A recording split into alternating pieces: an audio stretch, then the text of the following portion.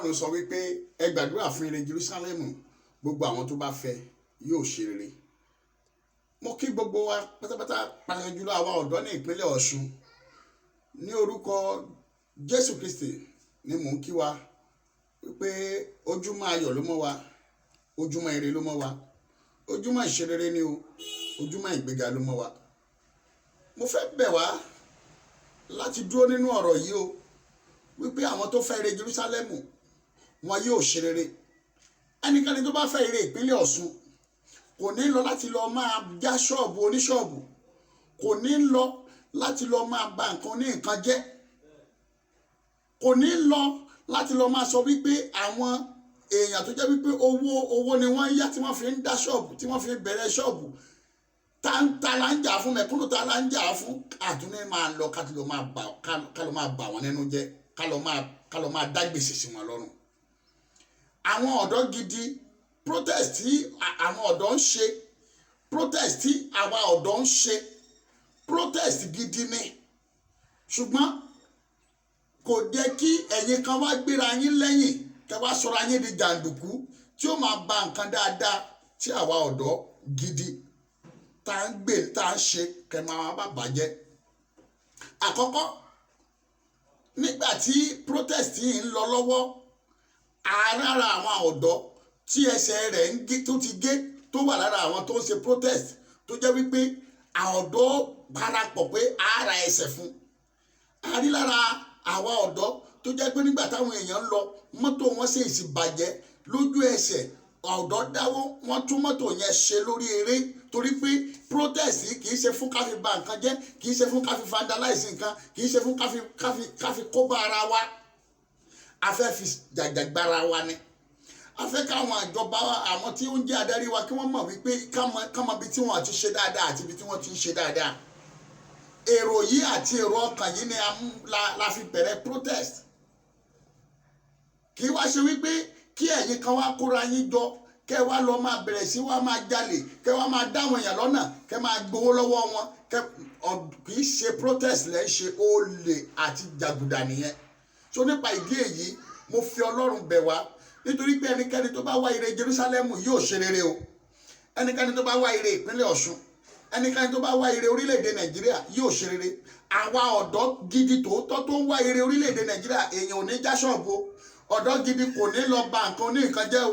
Ọ̀dọ́ gidi kò ní lọ vandalize ẹrù ẹlẹ́rú o. Àwa ti ṣe ojúṣe tiwa fún ìjọba. Àwọn aláṣẹ náà gbọ́dọ̀ ṣe ojúṣe tiwa fún wọn. Ohun tí ọ̀rọ̀ wọ́n mọ̀ sí sọ fún mi tó dá mi lójú ni wípé ó ní ibi kò ní tán nílé ẹni tó bá fi ibi san oore. Oore làwa ṣe fún àwọn aláṣẹ láti dìbò fún wọn pé kẹ́ ẹ débẹ̀. Tí wọ́n bá fi ibi san fún wa, Ọlọ́run ni ò ní jẹ́ kí ibi ó tán nílé wọn. Tí àwa náà, tí àwọn aláṣẹ bá san oore fún wa, tá a bá fi ibi san fún wọn, ibi ò ní tán lọ́dọ̀ tiwa náà.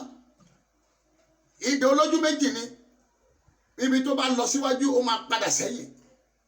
Ṣùgbọ́n ẹnikẹ́ni tí ó bá dáwọ́lé òtúlẹ̀, tó bá bojú wẹ̀yìn, ọ̀rọ̀ ìwé mímọ́ sọ wípé kò yẹ fún ìjọba Ọlọ́run.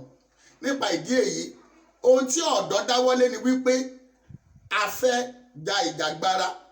A fẹ́ kí àwọn ènìyàn mọ̀ wí, kí àwọn aláṣẹ wọn mọ̀ wípé àwọn nǹkan kan wà tí wọ́n ti dá sílẹ̀ tó ń di ogún fún ọ̀dọ́. Kì í ṣe wípé wọ́n ní kí ọ̀dọ́, àwọn jàǹdùkú kan kóra wọn jọ lórúkọ ọ̀dọ́ kan lọ máa ba nǹkan jẹ́. Mo gbọ́ pé wọ́n lọ Tools Farm, Tools Farm ìṣẹ̀lẹ̀ ìjọba náà. Wọ́n láwọn kan tún lọ ń já ṣọ́ọ̀bù. Ṣé kí ló àwọn tó jẹ́ wípé lóò ni wọ́n gbà tí wọ́n fi bẹ̀rẹ̀ ṣiṣẹ́, tí wọ́n ń gbàdúrà pé kọ́lọ́run ti ẹ̀ ṣàánú àwọn olóye tí wọ́n san lórí lóò lóṣooṣù. Só yẹ kẹ́ ẹ tún lọ bẹ̀kẹ́ lọ máa ba nǹkan wọn jẹ́. Ẹnikẹ́ni tó bá já ọgbà lẹ́yìn, ọ̀rọ̀ ìwé mímọ́ sọ wípé ejò yóò bú sán. Tó bá rí bẹ́ẹ̀, ẹ̀yin ọ̀dọ́, ẹ̀yin tí ẹ jàǹdùkú, kì í sọ̀dọ́.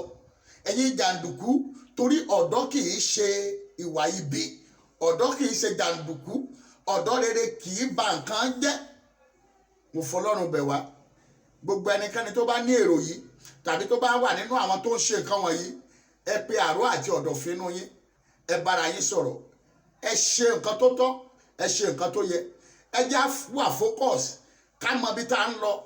ẹ má bà orúkọ àwọn ọ̀dọ́ rere tí wọ́n ń jà fún ìdàgbàsókè, ìlọsíwájú, ìtura àti òmìnira kúrò nínú ìdè àti ìdààmú tí àìmọ̀kànmọ̀kàn tó kó wa sí nínú orílẹ̀-èdè yìí. Mo fi Ọlọ́run bẹ̀ wá, ẹ jẹ́ kí ọ̀rọ̀ yẹn kó máa ró nínú ọkàn wa wípé ẹnikẹ́ni tó bá wá ire Jerúsálẹ́mù yóò ṣe rere. Ẹni tó bá dẹ̀ ń wá ìṣerere kò ní bà ọmọnìkejì jẹ́. Ẹni tó bá ń wá ìṣerere kò ní fi ẹ̀tọ́ ọmọnìkejì dùn. Ẹni tó bá wá ìṣerere kò ní bà ẹni tó ní ẹ̀tọ́ tiẹ̀, kò ní gbà lọ́wọ́ ẹ̀ kó bàjẹ́ mọ́ lọ́wọ́. Mo fi Ọlọ́run bẹ̀ wá, a ó ṣe rere o, àlàáfíà ni fún wa. Please, I'm begging all the youths in the state of Osun and in Nigeria in general, please let us stop these destructions. Let us stop this act of, all these barbaric acts. Please, let's stop them. They are not good. As a youth, they are not good for you. The new youth, they knew what they are fighting for. The new youth, they knew what they are clamoring for. If you have gone away, you are not a genuine youth. That means you are a second-class youth. And for you to be a second-class youth is not good enough. And at the end is not always palatable. So I am begging you, please let us desist from burglary, from stealing, from disturbing the peace of our neighbors. It shall be well with you in Jesus' name. Peace in Nigeria, peace in Osun State, peace in all over the world. Kàlàáfíà jọba nílùú Nàìjíríà, kàlàáfíà jọba nípínlẹ̀ Ọ̀ṣun wa. Ẹ má jẹ́ ó dàrú o, ẹ má jẹ́ ó bàjẹ́ o, kì í ṣe àwọn akọni wa kó má bàa já sásán o. Kàlàáfíà jọba nípínlẹ̀ Ọ̀ṣun wa.